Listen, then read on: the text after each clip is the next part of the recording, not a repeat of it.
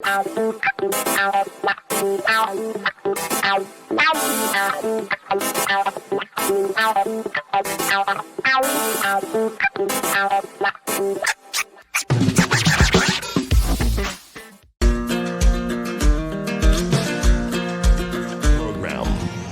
let's rock some quantitative easing. On the line with us is Dean Baker, the co-founder and senior economist at the Center for Economic and Policy Research. CEPR.net is the website. You can tweet him at CEPRDC or Dean Baker 13. Dean, welcome back. It's been a while since we've talked, and I find your analysis on quantitative easing, which, please everybody, don't glaze over your eyes with these, these economic phrases. This is actually a big deal. This impacts all of us. First of all, welcome to the program. Thanks so much for being with us today. Yeah, well, thanks for having me on again, Tom. Oh, it's always a pleasure. So quantitative easing, basically, down to the bottom line here, is when the Fed starts buying bonds, including now corporate bonds, which, back during the World War II, you point out, they were buying federal government bonds, but now they're buying corporate bonds as well. And this kind of lifts the stock market and lifts corporate profits, in particular, because their bonds are being purchased. And that seems like it would only benefit rich people. You want to give us a little more of a deep dive into what they're doing and why it's of consequence to all of us? Yeah, quantitative easing really has gotten a bad bill for exactly the story. People have given the story you said, which is partly accurate. But let me go through a little more background. Sure. Ordinarily, the Fed has acted primarily by controlling the overnight discount rate. This isn't going to mean anything to anyone, but banks are required to have reserves on every night. So every night their reserves, they have to have reserves based on their deposits. Won't go into details, but let's just say 10%. So if you're a huge bank, you have $100 billion on deposit, you have to have $10 billion in reserves.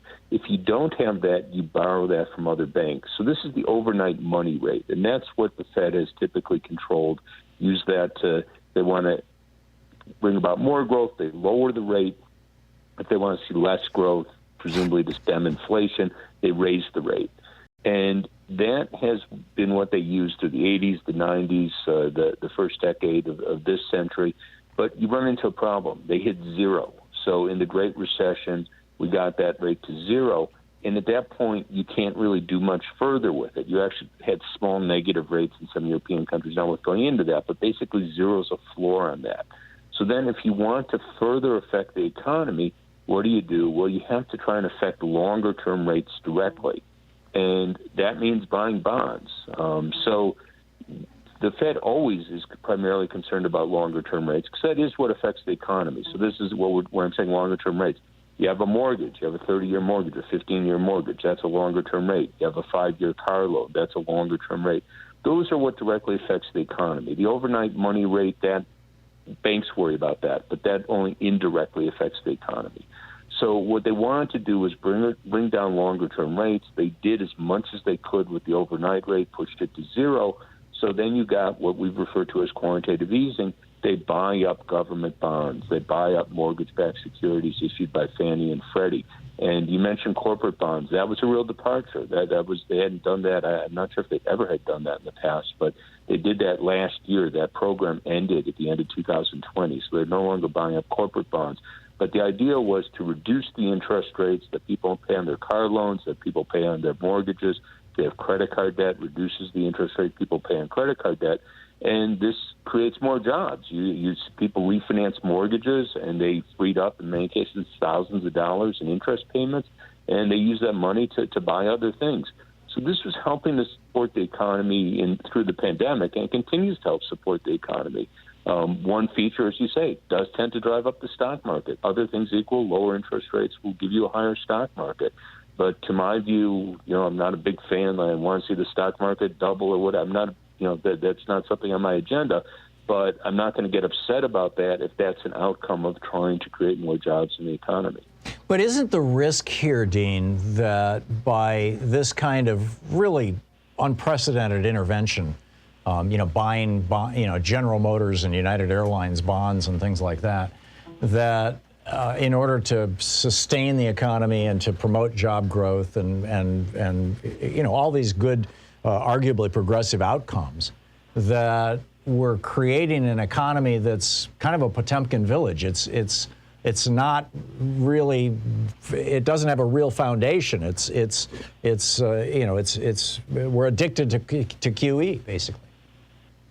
Well, a couple points here. First off, during the pandemic, we pretty much had to do everything we could to support the economy. Oh, I get that. But again, obviously, we all see the numbers, so it sounds as though the pandemic's over. But let's hope for the moment we're through the worst of it. Most of the economy has reopened.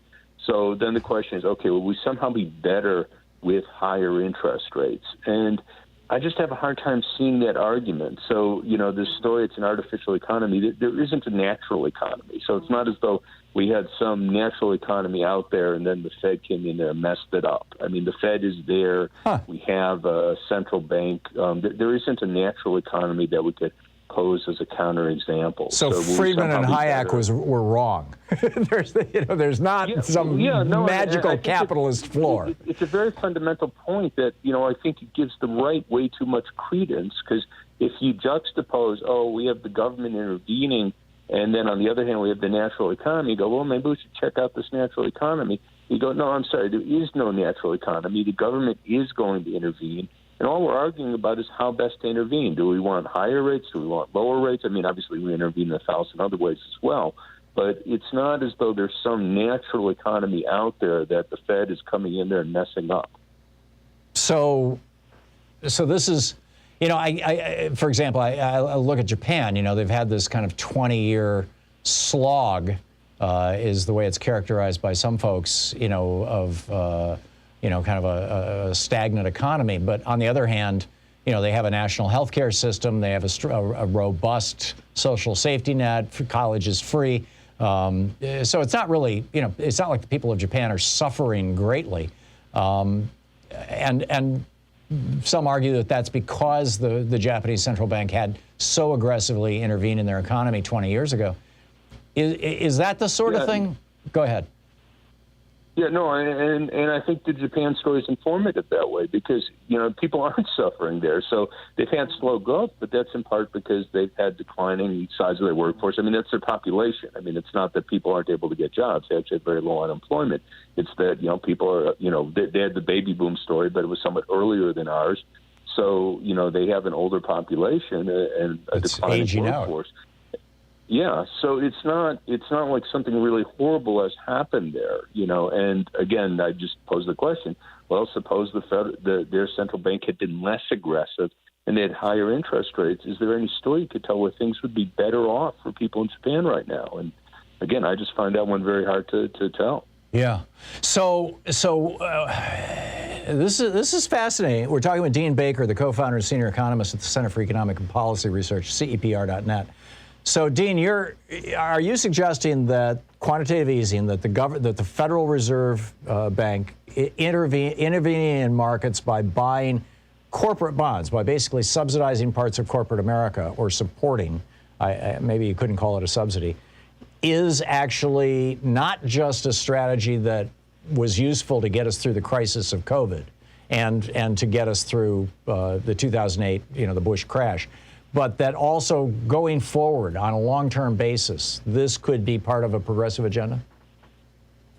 Well, again, I'll be a little hesitant on the corporate bond part. So, and they actually ended that at the end of last year. So that was a special program that was established for the pandemic, ended at the end of 2020. And again, I'll say I'm a little uncomfortable with that just because you're in effect favoring certain corporations at the expense of, because they're not buying every corporate bond, understandably. Sure. And they bought packages, just to be clear. So they weren't going out and buying a GM bond, and they bought packages of bonds. But in any case, I'm a little uncomfortable with that for the obvious reason. But the more general process, quantitative easing, is buying government debt, and then they bought Fannie and Freddie, their mortgage-backed securities, because that's in effect government debt that's guaranteed by the government. So and that's supporting the housing market, lowering the interest rates on those bonds, and that indirectly lowers a whole set of interest rates throughout the economy. Right. That's absolutely fascinating. Dean Baker, I think probably for the first time I have intellectually a better grasp of QE and its consequences. I had viewed it probably through that right-wing lens that you were talking about. Dean, thanks so much for dropping by today. It's great talking with you. Good talking to you again. Thanks a lot for having me on. Thank you. Dean Baker, CEPR.net is the Center for Economic and Policy Research website, and you can tweet him at DeanBaker13 or CEPRDC.